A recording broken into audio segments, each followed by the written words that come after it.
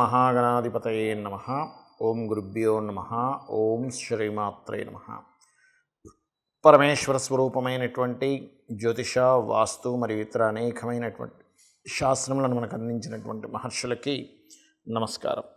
హయగ్రీవ హయగ్రీవ హయగ్రీవేతియో వదేత్ తస్య నిస్సరతే వాణి జహ్నుకన్యా ప్రవాహవత్. అరుణాం కరుణాతరంగితాక్షీం ధృతపాశాంకుశపుష్పబాణచాపాం అనిమాదిభిరావృతాం మయూకైః అహమిత్యేవ విభావయే భవానీం. శ్రీమాత్రే నమః. ప్రేక్షకులకి ఆ లలితాంబిక అమ్మవారి యొక్క అనుగ్రహం పరిపూర్ణంగా కలగాలని మనస్ఫూర్తిగా కోరుకుంటూ మనం ఈరోజు 18వ తేదీ నుంచి 24వ తేదీ వరకు ఉన్నటువంటి వార ఫలితములు ద్వాదశ రాసుల వారికి, ముఖ్యంగా ద్వాదశ లగ్నాలు చూసుకోండి. లగ్నాల వారికి ఏ విధంగా ఉండబోతుంది, మరియు అదేవిధంగా ఈ యొక్క ద్వాదశ లగ్నాల వారికి కూడా ఏ విషయాల్లో జాగ్రత్త ఉండాలి, అదేవిధంగా ఎటువంటి దేవతా ఆరాధన చేసుకోవాలి, మరియు ఈ వారం ఉన్న గ్రహస్థితికి జాతచక్రం కూడా తెలియనటువంటి వారికి ఏ గ్రహం ఎక్కడున్నందుకు ఏ ప్రయత్నం చేసేటప్పుడు ఏ గ్రహ ఆరాధన ఏ దేవత ఆరాధన చేసుకుంటే బాగుంటుంది అనేటువంటి విషయం కూడా నేను మీకు ఆఖరిలో చెప్తాను, చూసుకోండి. కర్కాటక లగ్నము, కర్కాటక రాశి. మీకు మీ యొక్క రాస్యాధిపతి ఎవరైతే ఉన్నారో చంద్రుడు ఈ వారం మొత్తము కూడా లాభస్థానం నుంచి ద్వితీయ స్థానం వరకు తన సంచారం జరుగుతూ ఉంటుంది. ఎప్పుడైతే లాభస్థానం నుంచి ప్రారంభం అవుతుందో 19వ తేదీ మీరు చేసే ప్లానింగ్ అద్భుతమైనటువంటి ఫలితాలు ఇస్తుంది. 18వ తేదీ మీరు చేసే ప్లానింగ్ అద్భుతమైన ఫలితాలు ఇస్తుంది. ఇక 19, 20వ తేదీలు మీకు ఏదైనా వాహనము, గృహము, ఏదైనా వస్తువు కొనుగోలు చేస్తారు. 21, 22వ తేదీలు మీకు సంతానం కోసం ప్రయత్నం చేసేటువంటి వారికి అనుకూలంగా ఉంది. మరియు ఉద్యోగ ప్రయత్నాలు చేయడానికి చాలా అనుకూలంగా ఉన్నటువంటి సమయం 21, 22 తేదీలు. అందులో ముఖ్యంగా క్రియేటివ్ ఫీల్డ్లో ఉండేటువంటి వారికి చాలా అనుకూలంగా ఉంటుంది, అందులో ఎటువంటి సందేహం లేదు. ఉద్యోగ ప్రయత్నాలు మాత్రమే కాకుండా ఉద్యోగంలో ప్రమోషన్స్ కోసం ప్రయత్నం చేసే విషయాలు కూడా కొంత అనుకూలంగా ఉన్నాయి. కాకపోతే ఇక్కడ ప్రమోషన్స్ కారకుడు రవి అష్టమంలో శనితో ఉన్నాడు కాబట్టి కొంచెం లేట్ అవుతూ అనుకూలిస్తుంది. కాబట్టి మీరు ఏం చేస్తారంటే ప్రమోషన్ సంబంధించిన ఏదైనా మీ బాస్ని అడిగేటువంటి విషయంలో కొంచెం రవిశని గ్రహాల దగ్గర దీపారాధన చేసి మీ యొక్క ప్రయత్నం చేయండి. ఖచ్చితంగా మీకు ప్రమోషన్ రిలేటెడ్ సంబంధించిన లభించడం జరుగుతుంది.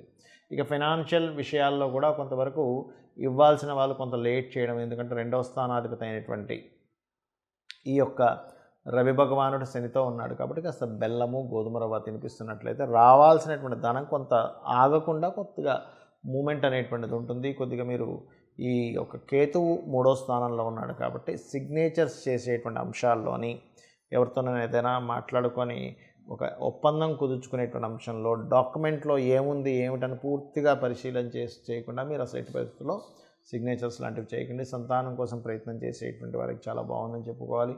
అదేవిధంగా ఎవరినైనా ఇష్టపడుతున్నప్పుడు వాళ్ళతో ఎక్స్ప్రెస్ చేసేటప్పుడు కూడా ఈ వారం అనుకూలంగా ఉందని చెప్పి తెలుసుకోవచ్చు. అదేవిధంగా ఇక్కడ కాస్త ఈ 7వ స్థానాధిపతి కంబస్ట్ అయ్యాడు. ఈ 7వ స్థానాధిపతి ఎప్పుడైతే ఈ కంబస్ట్ యోగంలో ఉన్నాడో ఇది కాస్త ఈ శని భగవానుడు అయినందుకు కొంచెం వివాహ ప్రయత్నాల్లో కొంత స్ట్రెస్ అనేటువంటిది ఉంటుంది. మీకు ఉంటుంది, సింహలగ్నం వారికి కూడా ఉంటుంది. బట్ మీ లగ్నం వారికి మాత్రం ఏంటంటే కొంత ఇన్సూరెన్సెస్, ఎందుకంటే అష్టమ స్థానంలో ఉన్నాడు ఇప్పుడు ఇన్సూరెన్సెస్ రిలేటెడ్ సంబంధించిన విషయాల్లో కొంత జాగ్రత్తగా ఉండాలి. మరియు అష్టమం అనేటువంటిది ఆకస్మిక సంఘటనలు కూడా తెలుపుతుంది కాబట్టి ఆకస్మిక సంఘటనలో ప్రత్యేకంగా ఈ యొక్క వాహనాల మీద వెళ్ళేటప్పుడు కాస్త స్లోగా వెళ్ళడము, రోడ్లు దాటేటప్పుడు కాస్త స్లోగా రోడ్లు దాటడం, అందులో ముఖ్యంగా శనివారాలు ముఖ్యంగా గుర్తుపెట్టుకోండి. ఇక ఉద్యోగ ప్రయత్నాలు, వివాహ ప్రయత్నాల్లో కొంత స్లో ఉంటుందని చెప్పుకున్నాము. ఉద్యోగ ప్రయత్నాలు చక్కగా ఫలిస్తాయి. ఇక మీరు చేయవలసినటువంటి దేవత ఆరాధన స్కందుని యొక్క ఆరాధన చేయండి. గోవుకి గోధుమ రవ్వ, బెల్లము తినిపించండి. నవగ్రహాల దగ్గర, శని రవి గ్రహాల దగ్గర దీపారాధన చేయండి. అన్ని విధాలు బాగుంటుంది. చూడండి, చాలామందికి జాతక చక్రం అనేటువంటిది ఉండదు, ఏం చేయాలో తోచదు. కానీ గ్రహస్థితిని కనుక మనం గోచారంలో ఉండే గ్రహస్థితిని గమనించి దానికి సంబంధించినటువంటివి కనుక మనం పరిహారం చేసుకుంటూ ఉంటే ఆ పనులు అవుతాయి. అలా ఎవరికైనా గవర్నమెంట్ రిలేటెడ్, ప్రమోషన్ రిలేటెడ్ సంబంధించినవి ఆగాయి అనుకోండి, మీరు చేయవలసింది ఏమిటి అంటే మీకు గనక ఈ విషయంలో అవుతూ ఉంటే నవగ్రహాల్లో శని భగవానుడు, సూర్య భగవానుడి దగ్గర దీపారాధన చేసి నమస్కరించుకోండి. మీ ప్రయత్నాలు మీరు చేస్తూ ఉండండి. ఆదిత్య హృదయ పఠనం చేయండి. ఖచ్చితంగా మీకు మీరు అనుకునేటువంటిది ఏదైతే ప్రయత్నం ఉందో సాగుతుంది. ఇక ప్రయాణాలు చేద్దాం అనుకునేటువంటి వారికి ఈ వారం అందరికీ కూడా చంద్రుడు తన ఓన్ హౌస్లోకి వెళ్తున్నాడు కాబట్టి బాగుంది. కాకపోతే ఏదైనా కొంచెం ప్రయాణాల్లో ఈ ప్రయాణం చేయడం వల్ల ఎటువంటిది అవుతుందో అనేటువంటి చిన్న భయం కూడా మిమ్మల్ని వెంటాడుతూ ఉంటుంది. బికాజ్ ఆఫ్ రాహు యొక్క దృష్టి ఉంది కాబట్టి. కావున మీరు ప్రయాణాల విషయంలో దుర్గాదేవిని ఒక్కసారి తలుచుకొని ఓం దుమ్ దుర్గాయ నమః అని చెప్పి తలుచుకొని ప్రయాణం చేసినట్టయితే మీ ప్రయాణం వల్ల సఫలీకృతం, అంటే మీ ప్రయాణం చేసిన విషయం ఏదైతే ఉందో అది ఫలకృతం అవుతుంది. అదేవిధంగా భూములకు సంబంధించినటువంటిది ఏదైనా మనీ కోసం ప్రయత్నం చేసేటువంటి వారికి ఎప్పటి నుంచో రావట్లేదండి డబ్బులు, కానీ ఇప్పుడు వస్తాయి. ఎందుకంటే భూములకు కారకుడైన కుజుడు ఉన్న స్థితి అలా ఉంది, అద్భుతంగా ఉంది. So no need to worry. ఏమంటే అందులో కొంచెం మాకు వస్తాయి కానీ ఎక్కడో ఆటంకం జరుగుతుంది అనుకునేటువంటి వారికి నేను చెప్పేది ఏమిటంటే గణపతి ఆరాధన చేయండి. గణపతి ఆరాధన మీరు ఎంత చేస్తే, వారాహి అష్టోత్తరాలు ఎంత చదువుకుంటే ఇప్పుడున్న గ్రహస్థితి రీత్యా మీకు ఖచ్చితంగా భూ సంబంధించినటువంటి ధనము రావడము, భూలబ్ధి కలగడం అనేటువంటిది జరుగుతుంది. ఇక అదేవిధంగా కొంతమందికి ఉద్యోగ ప్రయత్నాలు చేస్తూ ఉంటారు. ఏమంటే ఉద్యోగం రావట్లేదండి, ఏం చేయాలి? లలితా సహస్రనామాల్లో ఓం శ్రీమాత శ్రీ మహారాజ్ఞి శ్రీమత్ సింహాసనేశ్వరి నమః అని చెప్పని సూర్యభగవాను చూస్తూ చేయండి. ఖచ్చితంగా మీకు ఉద్యోగ ప్రాప్తి అనేటువంటిది కలుగుతుంది. మరియు బెల్లం, పిడికెడు బెల్లం గోవుకు తినిపించండి. అలాగే ఇప్పుడున్న గ్రహస్థరీత్యా ఏదైనా బిజినెస్ రిలేటెడ్ సంబంధించినటువంటివి కొన్ని మీరు చూడండి. ఇప్పుడు ఎలా ఉంటుందంటే బిజినెస్ రిలేటెడ్ సంబంధించిన విషయాల్లో ఒక ప్రోడక్ట్ని మీరు మార్కెట్లో లాంచ్ చేద్దాం అనుకుంటున్నారు, ఏదైనా కంపెనీకి సేల్ చేద్దాం అనుకుంటున్నారు. అక్కడ ఏమవుతుంటుందంటే మీ ప్రోడక్ట్ చేద్దామనుకునే విషయంలో ఆ పెద్ద బాస్ ఎవరైతే ఉంటారో అతను కింద నుండేటువంటి వారి మధ్య నుండేటువంటి అండర్స్టాండింగ్ సరిగా లేకపోవడం వల్ల మీ ప్రోడక్ట్ ముందుకు వెళ్ళదు. మరి ఇలాంటప్పుడు ఏం చేయాలి? లేదా గవర్నమెంట్ ఏదైనా కొన్ని కారణాల చేత బిజినెస్ పరంగా మీరు ముందుకు వెళ్ళలేకపోతున్నారు అన్నప్పుడు మీరు బుధ, శని, రవి గ్రహాల దగ్గర దీపారాధన చేసి ఒక 9 ప్రదక్షిణాలు చేసుకొని, ఇందులో కొంతమందికి product related business related problem ఉంటే, మరి కొంతమందికి అప్పుల వల్ల ఉంటుంది, మరి కొంతమందికి విద్య వల్ల ఇబ్బంది ఉంటుంది. విద్య వల్ల ఇబ్బంది ఉన్నటువంటి వారు శ్యామలా దండకాన్ని, అదేవిధంగా సేల్స్ వల్ల ఇబ్బంది ఉందనుకునేటువంటి వారు విష్ణు సహస్రనామాల్ని, మరియు అదేవిధంగా మరి కొంతమందికి అప్పుల వల్ల ఇబ్బంది ఉందనుకునేటువంటి వారు ఓం అపర్ణాయే నమః అని సూర్యభగవాను చూస్తూ చేయండి. ఖచ్చితంగా మీకు అప్పుల బాధలు తగ్గుతాయి. ఇక ఆటంకాలు, ప్రతి విషయంలోనే ఆటంకం వస్తుందండి అన్నప్పుడు బుధవారం నాడు, ఇప్పుడున్న గ్రహస్థితి రీత్యా బుధవారం నాడు మీరు